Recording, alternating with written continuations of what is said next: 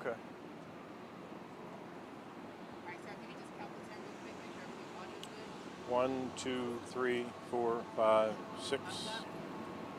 7, 8, 9, 10. All right, sir, we're ready. All right, good evening. Here with me today is Deputy Commissioners Brian Nadeau and Kevin Jones, Chief of Patrol Ryan Lee, Chief Olufemi Akani of Republic Integrity Bureau, and Ken Thompson, the lead monitor of our monitoring team. This evening at approximately 7:17 p.m., officers were patrolling the area of around Pennsylvania Avenue and Lawrence Street. Officers got out of their vehicle to attempt to stop an individual who took off running. They believed he had been armed. The man ran from officers, and a brief struggle ensued when they caught up to him. At some point, the male broke away from an officer, pointed a handgun, and fired his weapon.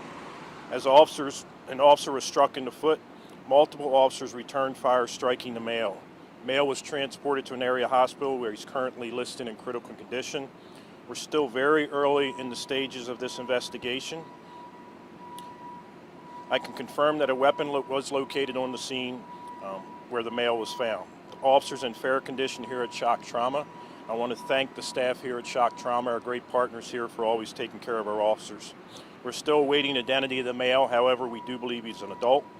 At this time, we've activated our critical incidents recording policy, and our Special Investigations Response Team is working alongside the Maryland Attorney General's office.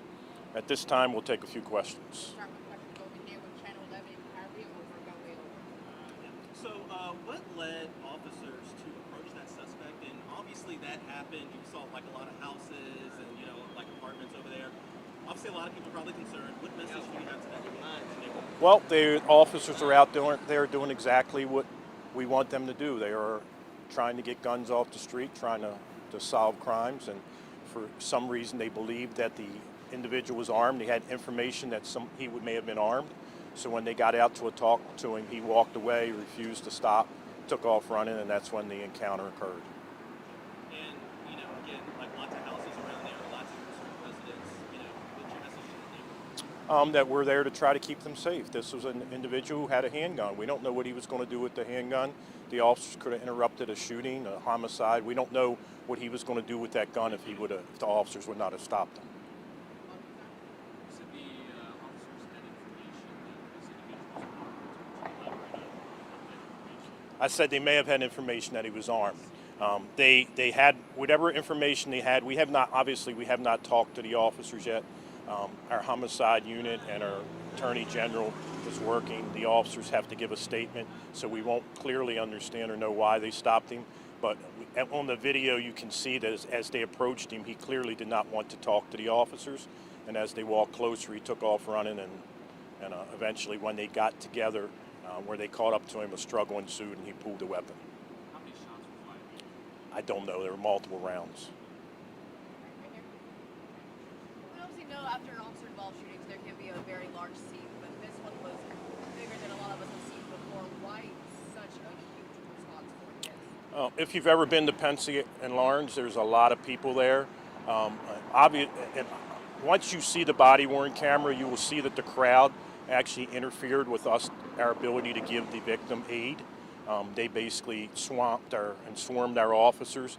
Multiple Signal 13s were called. Officers from all around the city had to come to kind of quash the disturbance so that we could get the victim to the hospital. Will there be an increased police presence in that area following this?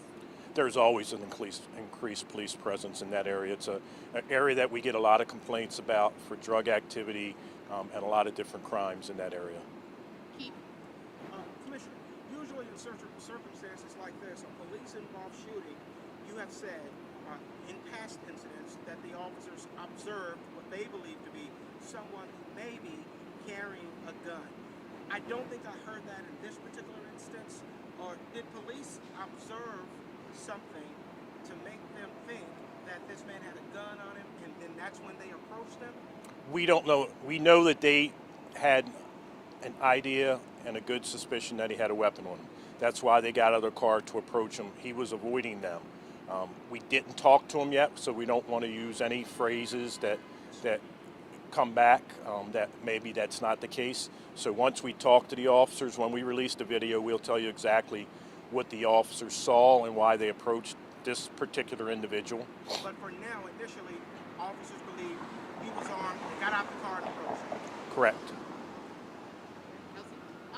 Did you say how many officers were shooting at the suspect? I might have missed that. At this time, we believe there was 3 officers who fired weapons. Okay. And then this was like a scene. There's a lot of videos circulating on social media of people who were like getting into fights with police officers, being escorted away from the scene.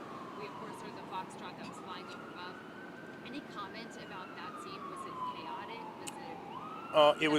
It was very chaotic. It's obviously we've got an officer who shot.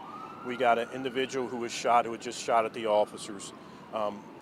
If you look at the video, you'll see as the officers started the foot chase, the crowd was running behind the officers. So as soon as the victim went down, the crowd swarmed the officers, and we had to back away and couldn't give him the proper aid that we would have liked to have done until we had enough units on the scene to make it safe. And we also had to recover his weapon because we did not want anybody to remove that weapon. So it was very chaotic from the body-worn camera.